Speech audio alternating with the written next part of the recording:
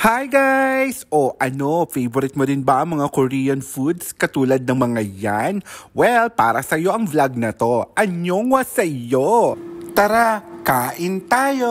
Presenting Anjang Nano BH, isa silang online business na nagtitinda ng mga authentic Korean food. Para sa inyong mga orders, mag-message ka lang sa 3666-1725 at bisitahin mo sila sa Facebook. Huy! Tara, subukan na natin ang kanilang mga pagkain. Ang una nating titikman ay ang kanilang ham and egg kimbap.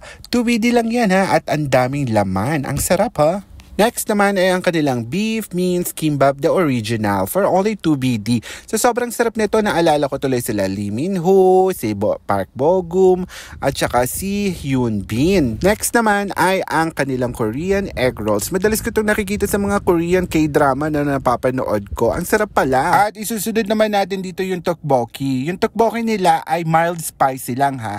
Chewy at saka melts in your mouth talaga yung effect. Ang sarap. Next naman ay ang personal favorite ko talaga sa lahat, ang kanilang chicken japchae. Tamang-tama yung lambot ng noodles, yung pagkakaluto ng chicken na hindi matigas, kumpleto sa ricado. Tapos nagko-complement pa dito yung sesame oil. Talagang ang sarap. Next naman ay ang kanilang bibimbap. Sa sobrang dami nito, parang hindi ko na kayang haluin pa. At parang kayang-kaya itong kainin ng 2 tao sa sobrang dami niya. For 3 dinner, 5 sulit na ito. Panalo na ng lasa. Next naman ay ang kanilang jjajangmyeon. Noon talagang akala ko ay pusit ang ginagamit dito kaya itim ito. Yung pala, black bean sauce pala ang ginagamit dito.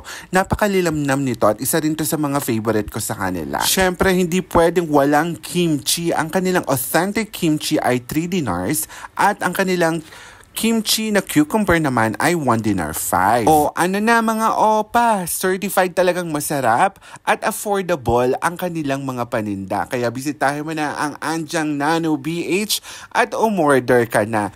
Gamsahamnida for watching!